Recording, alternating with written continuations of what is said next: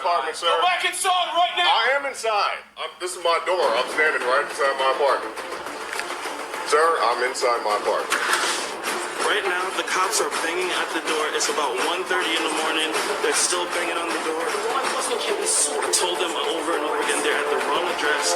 They keep yelling out 4663, and that is the wrong address. They are not at the right place.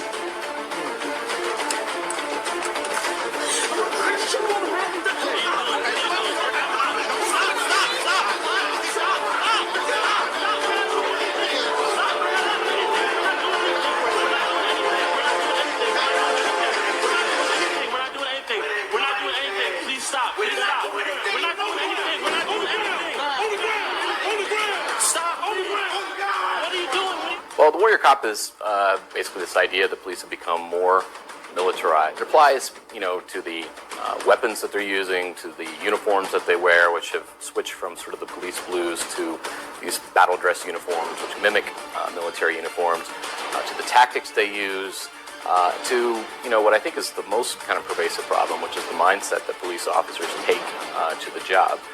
We've really seen SWAT Mission Creek grow beyond the drug war, and now, as you said, we're seeing these raids on poker games, particularly when the Texas Hold'em craze started taking off in the mid-2000s. We saw SWAT teams breaking up neighborhood poker games at bars that were openly advertised were raided with SWAT teams. This raid in Columbia, Missouri that was recorded a few years ago and posted online.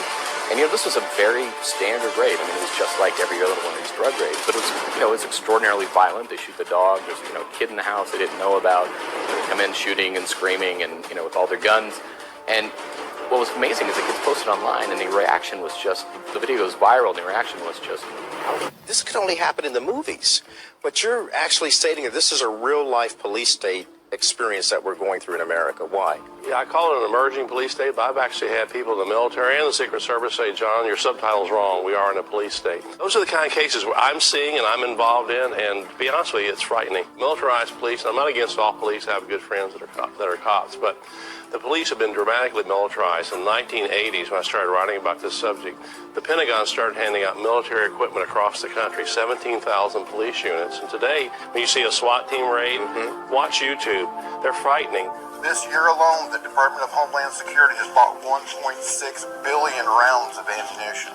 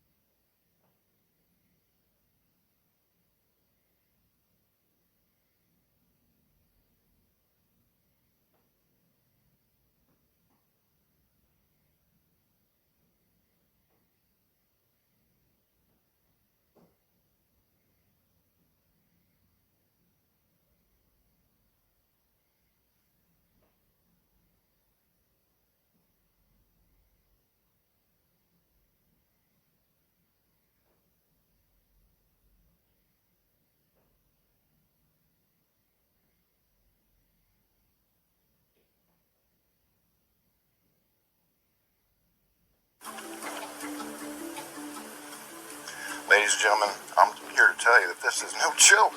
Hollow point ammunition like they bought is not used for training purposes. And it's being distributed to every government agency imaginable, including the Social Security Administration and the National Weather Service. I was unaware that weathermen needed to pack heat, but apparently the federal government is expecting civil unrest in this country, the likes of which have never been seen, and they're getting ready for it. So what's going to cause this unrest? Well, in short, war in the Middle East. is going to spill over into the continental United States. These are events that are going to affect every single person in this county. Once I walk out of this room, the safety of the citizens of this county, your friends, your neighbors, and your family are going to be in your God, that this warning will not go unheeded. We need to prepare this little paradise of ours for the end of the world as we know. Yeah, we are not wrestling against flesh and blood, but against principalities, against powers, and against the rulers of the darkness of this world, and against spiritual wickedness in high places. At some point, the prophecies in the Bible are going to come true.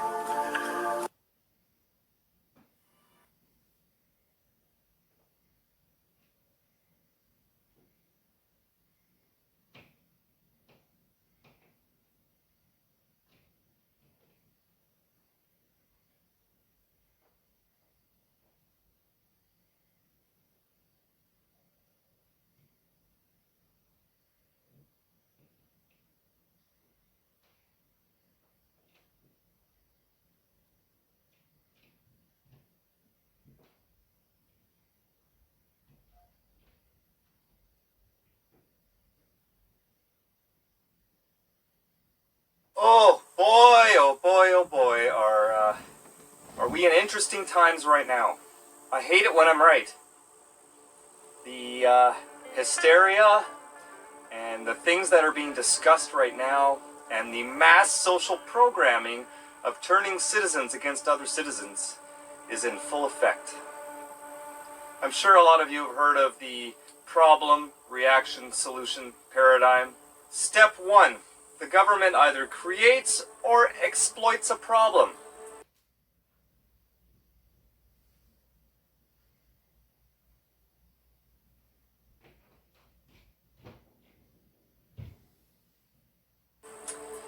And then attributes the blame to others. So right now we have an issue which, according to all the latest actual data and research, isn't as big of an issue as being told.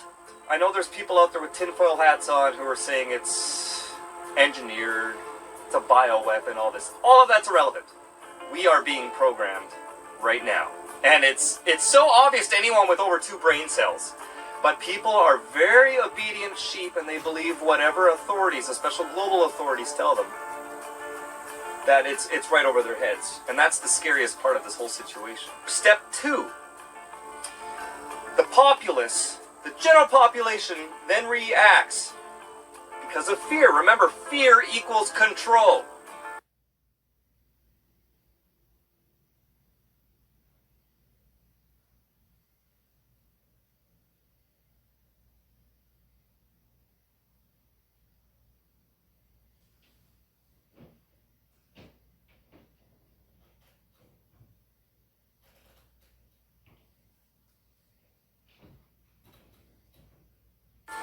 The general population reacts by asking the government for protection and help to solve right now.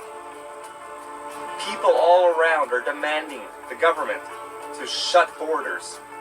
They're demanding government to force other people to stay at home. Your fellow citizens. So if you want to go drive out to the wilderness, which is the best, healthiest thing you can possibly do right now, if you want to drive to the great outdoors, get that vitamin D, get that fresh air, you are smart. You are doing what everyone should be doing. But no, you have fellow neighbors, fellow citizens, who are now calling you a killer, who are now shaming you. This is a hope by design. It's amazing how well and how quickly this all came together. So, those people are now asking the government to help save them. The third step is the government will offer solutions, by the way, which are solutions they've had planned for a long time, for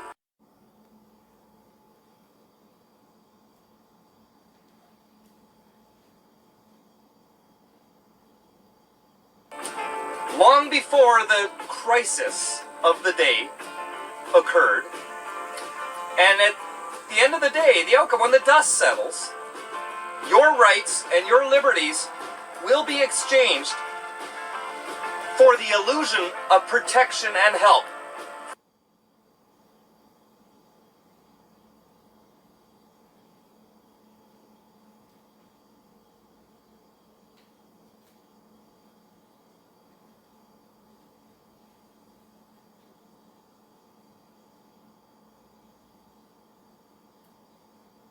from the government. And it will never go back to the way it was before. I'll tell you what the biggest, most outrageous, absurd conspiracy that some people are actually claiming right now. Some people are saying that shutting down the economy, changing society, a cashless society, the end of mom and pop business, the end of personal freedom and liberty, all of this is to protect the vulnerable. Anyone who actually believes this is about protecting the vulnerable, well, you know what? You own the biggest, most powerful tinfoil hat in existence. And you are the real danger.